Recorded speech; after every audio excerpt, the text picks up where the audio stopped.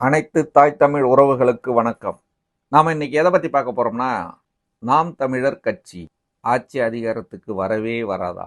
வர முடியும்? எது தடுக்குது? ஏன் ஆட்சி அதிகாரத்துக்கு வர? கட்சியை சுத்தி என்ன நடக்குது? அப்படிங்கிறத பத்தி தான் பார்க்க போறோம். வாங்க தெளிவா. நாம் தமிழர் கட்சி தொடர்ச்சியா இன்னைக்கு 10 ஆண்டு காலம் 11 ஆண்டு காலங்களா அரசியல் களத்துல 16 ஆண்டு காலங்களாக போகுது. கட்சி ஆரம்பிச்சு, நாம் தமிழர் கட்சி ஆரம்பிச்சு தொடர்ச்சியாக மக்கள் பிரச்சனைகளை பேசுகிறாங்க, கருத்துக்களை விதைக்கிறாங்க, மக்களை சந்திக்கிறாங்க. என்ன பிரச்சனை, மக்களுக்கு என்ன பிரச்சனை இருந்தாலும் அதுக்கு குரல் கொடுக்குறாங்க, கூட போய் நிற்க.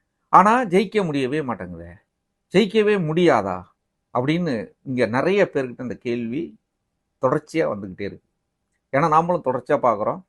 24 நடந்த பாராளுமன்ற தேர்தலில் 8.22 விழுக்காடு வாக்குகள். இப்போ நடந்து முடிந்த சட்டமன்ற தேர்தலில் 4 விழுக்காடு, நியர்பை 20 லட்சம், ஒரு 16 லட்சம் வாக்குகள் குறைஞ்சிருச்சு. ஸோ ஏன் இது ஒரு பெரிய கேள்வியாக இருக்குது. இதில் சில பேர் என்ன செய்கிறாங்கன்னா, மாற்று கட்சியில் இருக்கிறவங்க கூட நீங்களாம் ஜெயிக்கவே முடியாது. ஏன் ஜெயிக்க முடியாது? கொள்கை சரியில்லையா? சொல்கிற சித்தாந்தங்கள் சரியில்லையா? என்ன சரியில்லை? கட்சியில் நான் பார்க்குற யாராவது சொல்லுங்க, கட்சியில் என்ன பிரச்சனை இருக்கு? மக்களை சந்திக்க மாட்டீங்க, நீங்க சரியான கருத்துக்களை விதிக்க மாட்டீங்க, உங்க கொள்கை சரியில்லை, உங்க கோட்பாடு சரியில்லை, உங்களுடைய அணுகுமுறை சரியில்லை, யாராவது ஏதாவது சொல்ல முடியுமானா?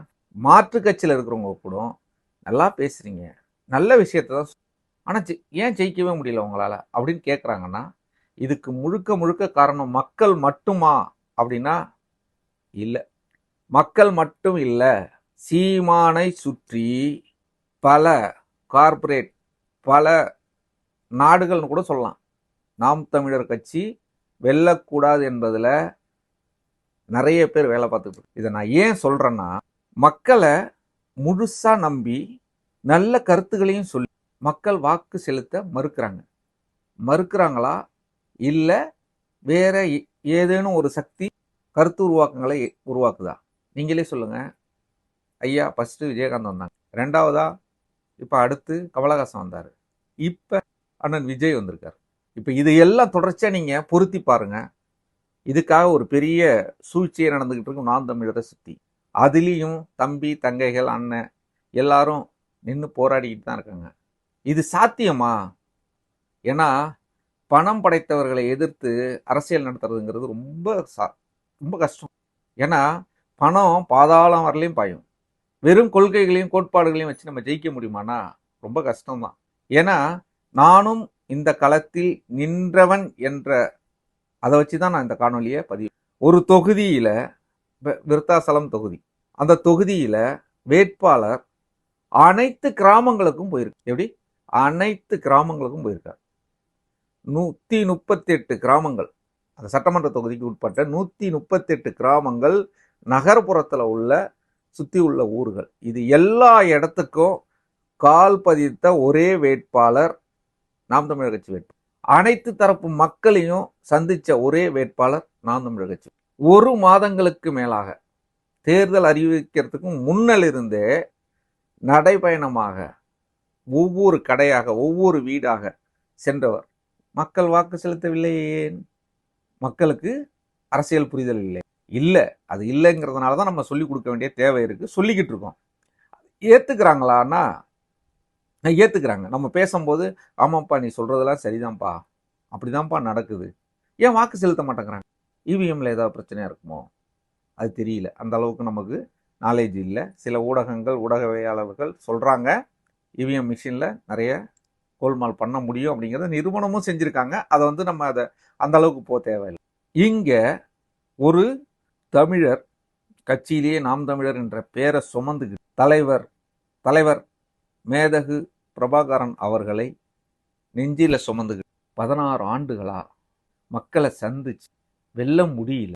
இன்னும் பல வேட்பாளர்கள் மக்களை நேருக்கு நேராக சந்திச்சு தொடர்பு கொண்டு பேசி கருத்துக்களை விதைச்சு இதுக்கு மேல என்ன செஞ்சா வெல்லலாம் அப்படிங்கிற ஒரு கேள்வியே வந்துருச்சு. இந்த மக்களுக்கு எப்படி புரிய வைக்கலாம் அப்படிங்கிறது மனசோர்வை கொடுத்தாலும் இவங்களை நினைச்சா ரொம்ப பாவமா இருக்கு. எந்த புரிதலும் இல்லாமல் இருக்காங்களே. இப்போ தேர்தல் முடிவுகள் வந்து தமிழக வெற்றி கழகம் ஆட்சி அமைக்கும் சூழலில் இருக்குது. நம்ம பாராட்டுறோம், அதில் வந்து எந்த மாற்று கருத்தும் இல்லை. இப்போ தமிழக வெற்றி கழகத்தை நாம் கொள்கை ரீதியாகவும் அவங்க சொன்ன திட்டங்களை தான் நம்ம எதிர்த்திருக்கோம். நேரடியாக மற்ற யாரோடையும் நமக்கு வன்மமான அரசியல் எதையும் அவதூறை எதையும் பரப்பவில்லை. யாரும் நாம் தமிழர் கட்சியிலேருந்து பரப்பியிருக்க மாட்டாங்க, உண்மையே சொல்லியிருப்பாங்க. இன்றைக்கும் நம்ம கேள்வி கேட்குற நிலைமையில தான் இருக்கோம். ஏன்னா இதெல்லாம் சாத்தியமா? இந்த வீடியோ பதிவை நான் எடுத்துக்கிட்டு இருக்கும்போது இந்த தருவாயில் நான் செய்தியில் பார்த்த விஷயம், காங்கிரஸ் டிவிகே கூட்டணி அன்று நாகப்பட்டினத்தில் நடந்த பரப்புரையில் பாசத்தலைவனை இழந்து வாடும் நம்ம ஈழத்தமிழர்களுக்கு ஆதரவு கொடுக்கணும்னு பேசினோம். அந்த ஈழத்தமிழர்களை துடைத்து அழித்த காங்கிரஸோட கூட்டணி.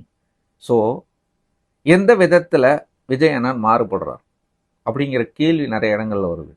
நம்ம ஏன் தொடர்ச்சியாக தோக்கடிக்கப்படும்? திரைக்கவரிசி இருந்தால் ஜெயிச்சிடலாமா? ஆமாம், ஜெயிச்சிடலாம். அது நிறுவனம் ஆயிருக்கு. அப்போ கருத்து பேசினா ஜெயிக்க முடியாது, நல்ல விஷயங்களை சொல்லி கொடுத்தா ஜெயிக்க முடியாது. என்னையா பண்ணார் சீமான்? என்ன பண்ணார்? என்ன தப்பு பண்ணார்? உனக்கு எல்லா விஷயத்தையும் சொல்லி கொடுத்தாரு. இன்னைக்கு நான் ஒரு சாதாரண ஒரு அதிக படிப்பறிவு இல்லாதன்னா இன்னைக்கு இவ்வளவு விஷயங்கள் நான் உங்கள்கிட்ட முன்னால் பேசிட்டு இருக்கேன்னா அதுக்கு முழுக்க முழுக்க சீமான் தான் காரணம். இன்னைக்கு எத்தனையோ படித்த தம்பிமார்கள் அண்ணன்கள் இருக்காங்க. அரசியல்னா என்ன? ஒரு அரசியல் தலைவன் சரியா அமையலைன்னா நம்ம என்னென்ன பிரச்சனைகளை சந்திக்க நேரிடும், எல்லா விஷயத்தையும் ஒன்று ஒன்றா சொல்லி கொடுத்த ஒரு மனுஷன். இன்னைக்கு நான் பேசுகிறேன், தமிழகத்தில் எவ்வளோ ரேஷன் கார்டு இருக்குது, குடும்ப அட்டைதாரர்கள் எத்தனை பேர் இருக்காங்க, 2,30,00,000 பேர் இருக்காங்க அப்படிங்கிற விஷயத்த நான் பேசுகிறேன்னா அதுக்கு முழுக்க காரணம் சீமான். இன்னைக்கு பசும்பால் மாடு வளர்ப்பினுடைய என்னென்ன பயனடைவோம்? நான் வளர்க்குறேன், எனக்கு தெரியும். நான் சின்ன பிள்ளையிலேருந்து என் வீட்டில் மாடு இருந்துச்சு, இன்றைக்கும் இருக்குது. ஆனால் அதனுடைய பலன் என்னங்கிறது எனக்கு தெரியும். ஆனாலும் நம்ம வளர்த்து இப்போ பாலை எடுத்து அதை குடிக்கிற அந்த பாலினுடைய தன்மை பாலா இல்லை பால் போல ஒன்றா அப்படிங்கிற விஷயத்தையும் சொல்லி அதுக்கான சரியான விளக்கத்தை சொல்லி, பசும்பாலில் A1 A2 மில்க் இருக்குது, நாட்டு மாட்டு பால் A2 மில்க்கு, சீம பசு பால் A1 மில்க்கு, அதை குடித்தா நமக்கு சர்க்கரை வியாதி இன்னும் பல உபதைகளை தான் நம்ம வந்து சந்திக்க நேரிடும். நம்ம நாட்டு மாட்டு பால் தாய்ப்பாலுக்கு நிகரானது அப்படின்னு ஒரு குழந்தைக்கு பானம் எடுக்கிற மாதிரி சொன்ன ஒரு மனுஷன் உடஞ்சி உட்காந்துருக்காருன்னா அதுக்கு முழுக்க காரணம் யார்? மக்கள் மட்டுமானா இல்லவே இல்லை. சொன்ன கருத்துக்கள்ல சரி ஓகே, மக்கள் தான் வந்து சினிமா மோகத்தில் இருக்கேன், மக்கள் சினிமாவாக காட்டும் அப்படின்னு சொல்லி ஒவ்வொரு தொகுதியாக போய் காணொளி மூலயமா படம் போட்டு காட்டியும் இந்த மக்களுக்கு புரியலன்னா எப்படி தான் புரிய வைக்கிறது? இதில் நிறைய பேர் சொல்கிறாங்க, வெல்ஃபேர் ஸ்கீம் கொடுங்க, அதை கொடுங்க, நீங்கள் இதை பற்றி பேச மாட்டேங்கிறீங்க, அதை பற்றி பேச மாட்டேங்கிறீங்க. ஓ, தேவை என்ன? சாதாரண படிப்பறிவே இல்லாத எனக்கு தெரியுது, உனக்கு தெரியலையா? நீ எதை நோக்கி போற? உங்களுக்கு தேவை என்ன? இப்போ இந்த நிமிடம் நாளையிலேருந்து கவுண்டிங் ஸ்டார்ட். நீங்கள் பாருங்க, இந்த வாக்களித்தவர்கள் ஏன் வாக்களித்தார், எதற்காக வாக்களித்தார் யாருக்கும் தெரியாது. வேட்பாளர் யாரு, எதுக்காக வாக்களித்தோம் கிடையவே கிடையாது. இதை நான் களத்தில் நின்று பார்த்தவங்கிற முறையில் சொல்கிறேன். யாரும் வேட்பாளரை பார்த்து வாக்களிக்கவில்லை, சின்னங்களை பார்த்து வாக்களித்தார்கள். உங்கள் எண்ணங்கள் எங்களுக்கு தேவையில்லை என்று புறக்கணித்தார்கள் இந்த மக்கள். ஒரு மனுஷன் இவ்வளவு மன வலியிலையும் நான் திரும்ப வந்து மக்கள் பிரச்சனையாக போராடுவேன், அந்த மனுஷனை என்னடா பண்ண, என்னதான்டா பண்ணுறது? இதுக்கு மேலே உங்களுக்கு என்ன? ஆஞ்சநேயர் நெஞ்சை கீழ்ச்சி காட்டின மாதிரி காட்ட முடியுமா என்ன? சீமானனுடைய அருமை இன்னைக்கு தெரியாது. எதுவுமே இருக்கும்போது நமக்கு அதை வந்து அதனுடைய அருமை தெரியாதுன்னு சொல்லுவாங்க ஒரு பழமொழி. அதே போல் ஒரு மனுஷன் இன்னைக்கு இருக்கும்போது அந்த ஆளுனுடைய அருமை தெரியவே தெரியாது இந்த பாழா போன தமிழ்நாட்டு மக்களுக்கு. ஏன்னா இப்படி பேசுகிறான்னு வருத்தப்படாதீங்க, நிறைய வழி. பஞ்ச பரதேசி பசங்க இன்னைக்கு எதோ சொல்கிறாங்க, ரொம்ப கஷ்டமான பிள்ளைங்க, எல்லாமே கஷ்டமான பிள்ளைங்க. ஒரு மாதம் வேலைகளை விட்டுட்டு சொந்த காசில் எரிபொருள் போட்டு உணவை சொந்த காசில் வேட்பாளருக்கு செலவு வச்சிடக்கூடாது, அவங்களும் நம்மள மாதிரி தானே அப்படின்னு சொல்லி கூடயே தெரிஞ்சு எல்லா இடங்களுக்கும் போய் கத்தி கத்தி பேசி என்னையா வேணும் உங்களுக்கு, என்ன பண்ணணும்? இது ஆதங்கத்தில் நான் பேசலை, எனக்கு ஆதங்கம்லாம் கிடையாது. மக்களுக்கு புரியலையே, இவ்வளோ சொல்லியும் புரியலைன்னா என்ன சொன்னால் புரியும் அப்படிங்கிறத நாங்களும் போட்டு மண்டையை போட்டு கசக்கி பார்க்குறோம். இதுக்கு மேலே நீ என்ன பண்ண முடியும்? பேசி பார்த்தோம் இல்லை, படம் போட்டு காட்டணும் இல்லை, காசு கொடுக்க மாட்டோம், யாராவது கேட்குறாங்களா? காசு கொடுக்குறோம் எப்படிடா உனக்கு சேவை செய்வான்? யாருனாவது கேட்டிருக்கானா? சொல்கிறோம். டேய் கேள்றா, ஒரு மருத்துவரை போய் பார்த்துட்டு உடம்ப பரிசோதனை பண்ணிக்கிட்டு தேவையான மருந்து மாத்திரைகளை வாங்கிட்டு ஊசியை போட்டுக்கிட்டு வரும்போது மருத்துவர் நமக்கு ஒரு 1000 ரூபா காசை கொடுத்து எடுத்து வச்சு இங்கே சந்தோஷமா இருங்கன்னு கொடுத்தா அதை நீ எப்படி எடுத்துப்ப? மருந்து மாத்திரை வாங்கின நாம காசு கொடுக்கணுமா? அவரு நமக்கு ஒரு 1000 ரூபா கொடுத்து இந்தப்பா நீங்க வச்சீங்க உடம்ப நல்ல முறையில் பார்த்துங்கன்னு அப்படின்னு சொன்னா என்ன மனநிலையில இருக்கும்? நீ யோசிப்பியா? யோசிக்க மாட்டியா? ஐயோ டாக்டர் இவர் மருந்து மாத்திரையும் கொடுத்து 1000 ரூபா கொடுத்துட்டாருன்னு சொல்லிட்டு வாங்கிட்டு வருவியா? சுயமா திங்க் பண்ணவே மாட்டீங்களா? இந்த டாக்டர் உண்மையான டாக்டர் தானா, போலியான டாக்டரா? யோசிக்கவே மாட்டீங்களா? உங்களுக்கு எவ்வளவு விஷயத்த காணொலி மூலியமா இந்த பிள்ளைங்க நிறைய பேர் காணொலி போட்டு போட்டு மக்களுக்கு விழிப்புணர்வு ஏற்படுத்தணும், தட்டி விட்டுறது, தள்ளி தள்ளி விட்டுறது, என்னவோ எல்லாம் மேல இருக்கிறவங்க அப்படிதான் சொல்ல தோணுது. வேற வழி இல்லை. ஏன்னா எவ்வளவு சொன்னாலும் செவிடங்காதுல சங்கு ஊதுற மாதிரி தான் என் மக்களுக்கு.